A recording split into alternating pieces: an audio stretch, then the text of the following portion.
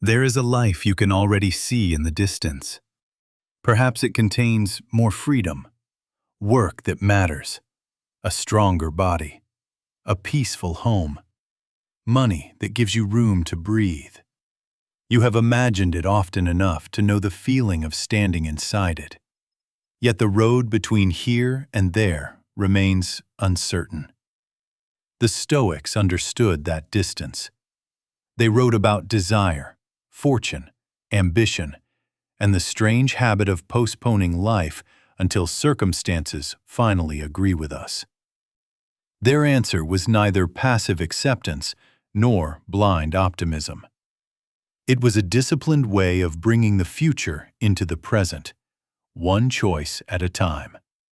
That is the purpose of this practice. When we speak of manifesting a life, we mean making your values visible through the way you think, work, choose, and respond. The outcome will always contain elements of fortune. The direction can begin with you. Seneca once warned his friend Lucilius about a restless mind that moved constantly from one idea to the next. "Everywhere means nowhere," he wrote. A plant that is repeatedly moved never grows strong roots. Desire behaves in much the same way. When your attention is scattered across 10 possible lives, none receives enough of you to become real. So begin with one life. Let a single vision come forward. See an ordinary day rather than a perfect highlight. Notice where you wake, the work that waits for you, the people around you, and the pace of your hours. Watch how this future version of you behaves when no one is applauding. There, in the texture of an ordinary Tuesday, you will find more truth than any image of status can offer. This is the first rule. Give the desire a worthy shape. A goal becomes clearer when you understand the human need inside it. Wealth may contain a desire for safety. Recognition may contain a desire to know that your work matters. Freedom may contain the hope of recovering time that no longer feels like your own. Once the need is visible, you can begin serving it today. Financial honesty is already a form of security. Keeping a promise to yourself begins to build confidence. Giving one uninterrupted hour to meaningful work is a small recovery of freedom. The larger result still matters, but life no longer has to wait for it. The Stoics called a fully lived human life eudaimonia, or flourishing. They did not define flourishing by comfort alone. It arose from practical wisdom, courage, self-command, and justice becoming active in the world. A future worth building should make those qualities more necessary, not less. Ask yourself quietly, if this desire were fulfilled tomorrow, what qualities would I need in order to use it well? Money asks for judgment. Freedom asks for self-direction. Influence asks for responsibility. Love asks for honesty and patience. Opportunity asks for courage before certainty arrives. The character required by the vision is part of the vision. Now we arrive at the second rule. Place your deepest commitment where your power actually lives. Epictetus opens his handbook with a sentence that cuts through centuries of confusion. Some things are in our control, and others not. He places our opinions, pursuits, desires, and actions within our care. Property, reputation, command, and the choices of others belong to the wider movement of life. This distinction gives ambition a steady foundation. You may pursue prosperity while accepting that markets and timing have a vote. You may offer love while another heart remains free. You may create excellent work while attention arrives according to forces you cannot command. Epictetus advises us to pursue even worthy things lightly and with gentleness and reservation. The word reservation matters. It means your intention carries a quiet clause. I will give myself fully to this direction if circumstances allow. The clause preserves your energy for the work.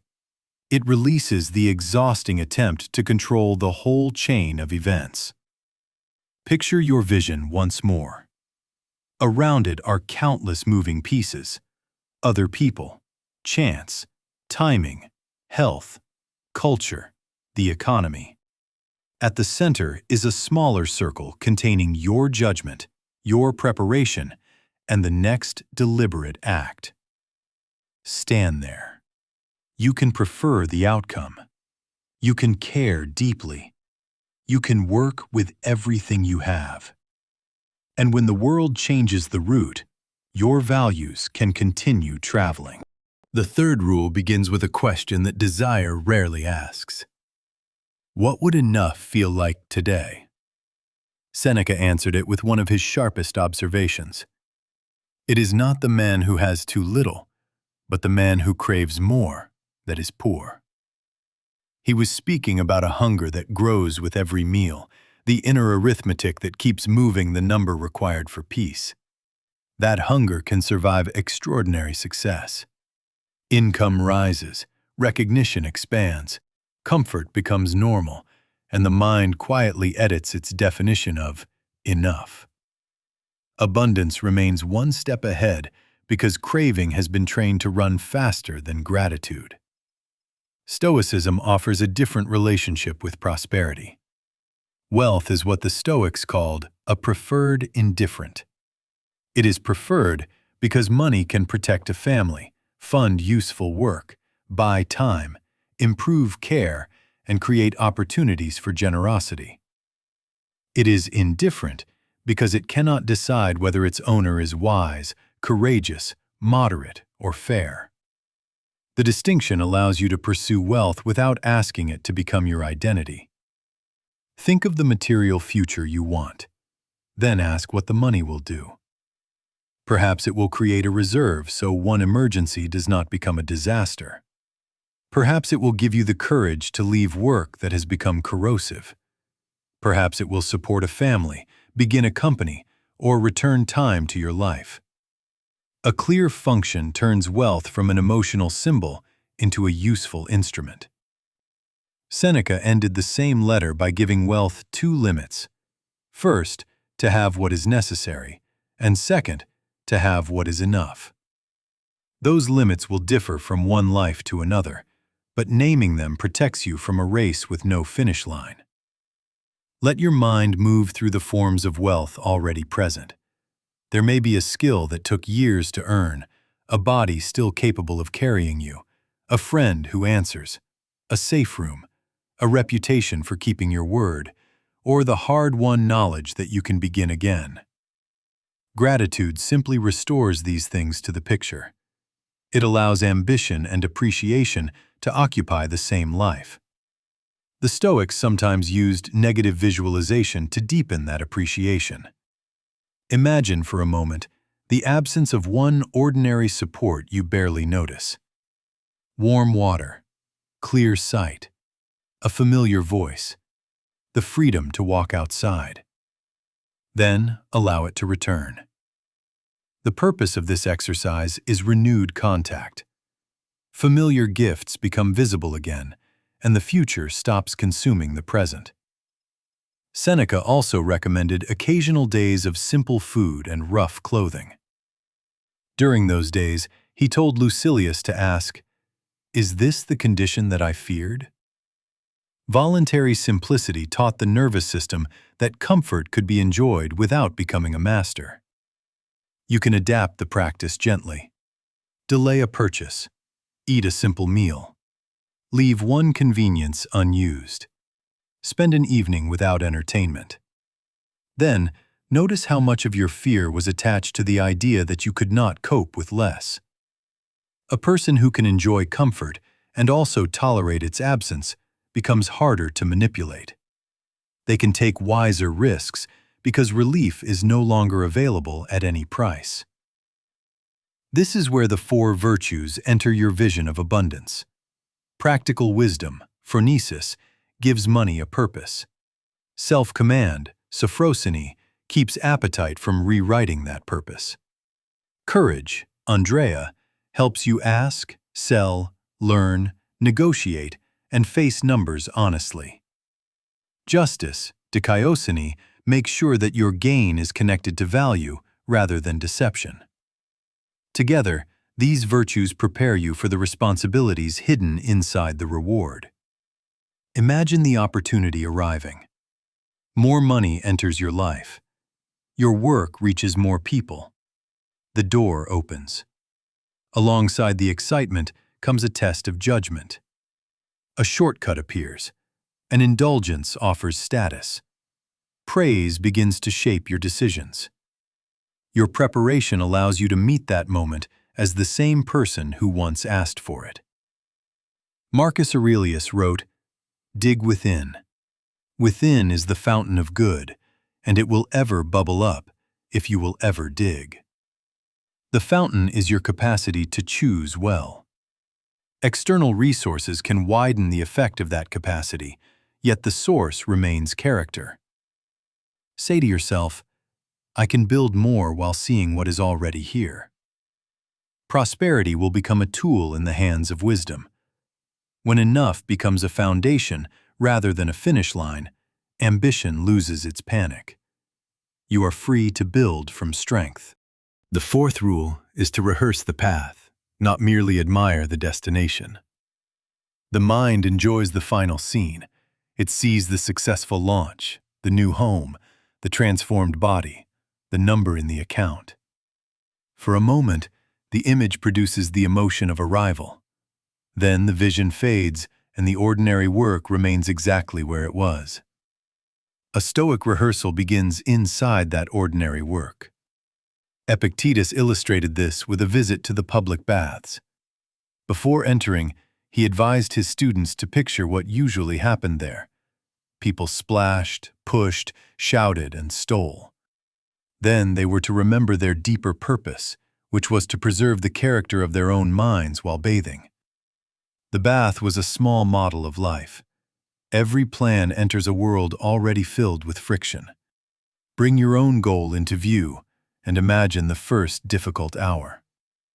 Perhaps the work has become repetitive. Perhaps someone has rejected your offer. Perhaps the results have remained invisible for longer than you expected. Feel the urge to escape into distraction. Then watch yourself remain with the next useful action. This kind of visualization gives the mind a response it can recognize later. You are rehearsing conduct under pressure. Seneca wrote, "We suffer more often in imagination than in reality."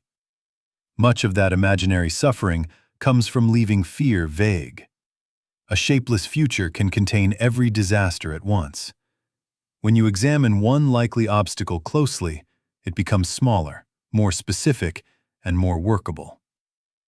Choose the pattern most likely to delay your vision. It may be avoidance, scattered attention, impulsive spending, fear of asking, or the habit of abandoning work when progress becomes quiet. See the moment when that pattern usually takes control. Then rehearse a simple response. You open the file for 10 minutes. You make the call before comfort begins negotiating. You wait a day before buying. You ask one more question before defending yourself. The scene should feel believable. You are training recognition, not performing a fantasy of perfection. Now, bring the desired future and the present obstacle into the same image. This is mental contrasting. The future supplies direction. The obstacle reveals the preparation required. Between them appears a bridge made of behaviour. That bridge leads naturally into the fifth rule. Give the vision a time and a place. Marcus Aurelius reminded himself, confine yourself to the present. The future becomes manageable when it enters the boundary of this day. Ask which action would make your direction visible before tonight. It may be one message, one saved amount, one completed session, one published offer, or one honest conversation. Choose something that changes reality, even slightly. Then connect it to a cue. When the clock reaches 9, I begin the main task before opening social media. When rejection arrives, I record what it teaches and make the next approach within a day. When an unplanned purchase tempts me, I wait until tomorrow. When overwhelm rises, I return to the smallest visible step. These are implementation intentions. Their strength comes from deciding before emotion enters the room. The cue appears, and the response is already waiting. The Stoics used the word proheresis for our faculty of deliberate choice. It is the inner capacity that can pause before an impression becomes a command. Each time you use it, you cast a vote for the person your vision requires. One protected hour teaches attention to remain. One honest conversation makes courage more familiar. One restrained impulse proves that desire can be heard without being obeyed. A life begins to change quietly before anyone else can see it. Seneca's advice on reading applies equally well to action. A plant which is often moved can never grow strong. Choose a practice and remain with it long enough for roots to form. Consistency will sometimes feel unimpressive. Let it. The visible future is being constructed inside repetitions too small to attract applause. Before this section ends, choose tomorrow's cue and response. Picture where you will be. See the old impulse arrive. Feel the moment of choice, then watch the prepared action begin. Your vision has entered the calendar. It has become part of the world. Every meaningful direction eventually meets a closed door. The sixth rule is to let resistance refine the path. Marcus Aurelius expressed it in a line that has traveled far beyond Stoicism. The impediment to action advances action. What stands in the way becomes the way. He was describing the mind's ability to convert an obstruction into new material for virtue. A failed launch may become a lesson in clarity. A rejection may reveal a better audience. A delay can develop patience or expose weak preparation. Even when the loss itself remains painful, the next response can still belong to you.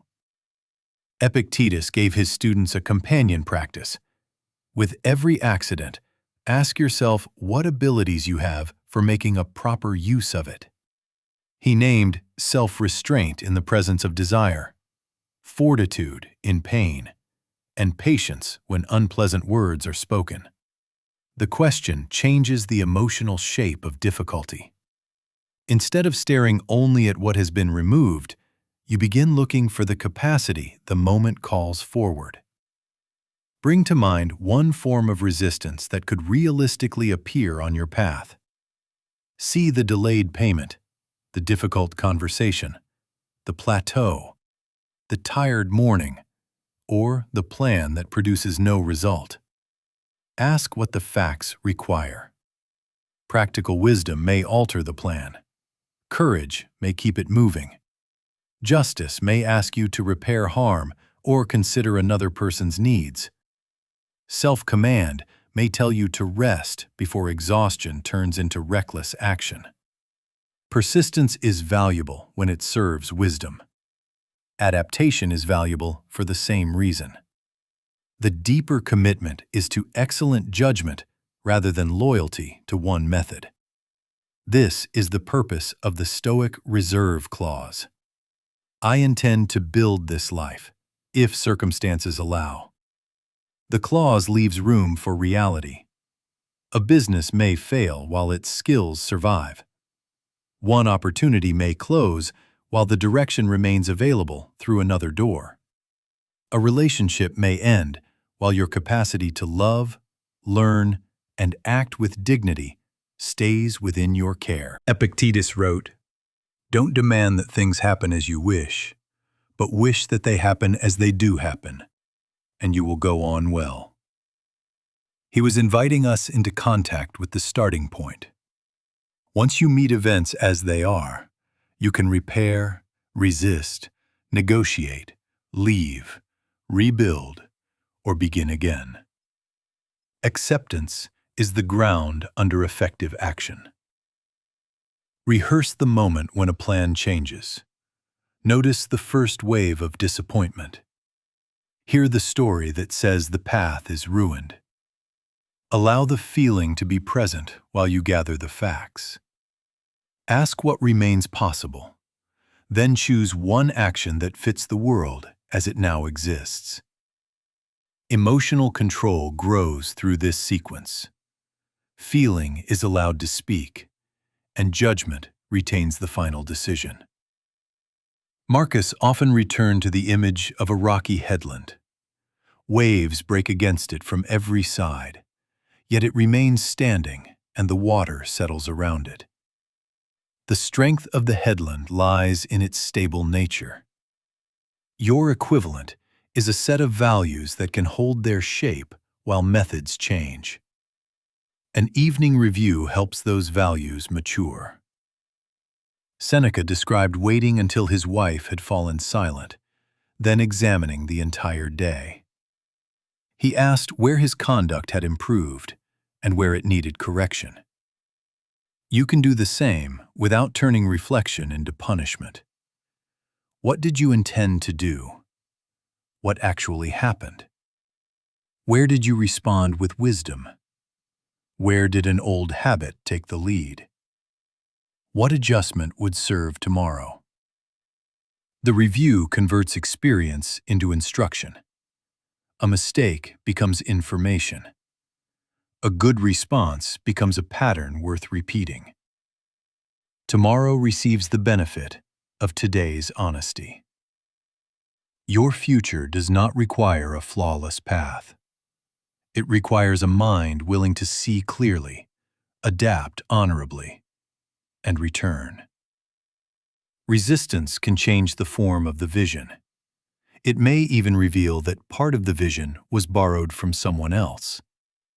Let wisdom make that discovery. What remains after honest revision will be more fully yours. The final rule asks, what your desired life will allow to move through you toward other people. The Stoics saw human beings as social by nature. Marcus Aurelius captured the idea in one sentence: what is not good for the hive is not good for the bee. Personal flourishing and the common good were threads in the same fabric. This gives your vision a deeper source of energy. Money becomes connected to value honestly offered.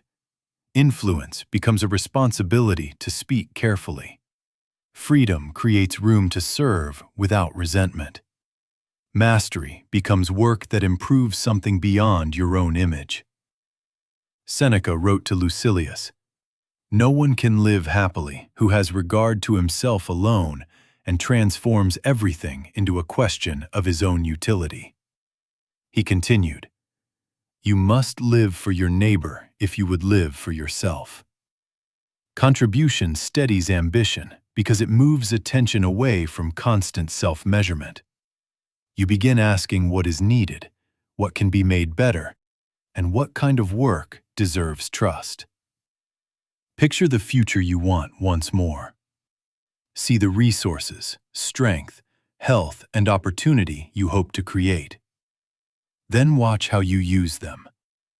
Notice the people who become safer, clearer, or more capable because you did your work well. See the standards you keep even when breaking them would be profitable. This is where the four virtues meet the world. Wisdom guides the resource. Courage protects the standard. Self-command limits appetite. Justice widens the circle of concern. The Stoics called that widening oikeiosis. Care begins with your own life and expands toward family, community, and humanity. You remain inside the circle. Your health and limits matter. Strength becomes sustainable when it can support both self-respect and service. Now let the 7 rules join into a single movement. Your desire first received a worthy shape. Then it was anchored in the choices that belong to you. A sense of enough freed ambition from desperation. Visualization became rehearsal for the real path. Intention entered the calendar. Resistance became material for wisdom. Finally, the future opened outward through contribution.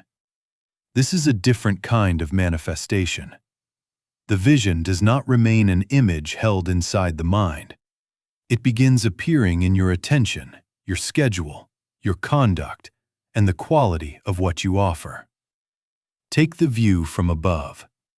See the room around you, then the building, the city, and the wider landscape.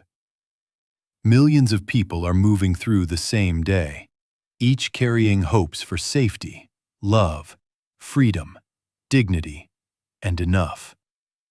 Some are beginning, some are rebuilding, some have reached the prize and discovered that character still determines how it feels in their hands.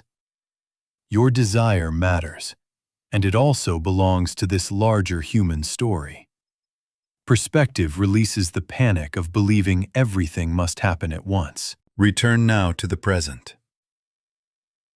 Marcus wrote, "Waste no more time arguing what a good man should be. Be one." The future is asking for the same directness. Before this practice ends, give the vision one visible place in your day. Write the next action. Put the conversation on the calendar. Move the money before another desire claims it. Prepare the tools before motivation has time to bargain.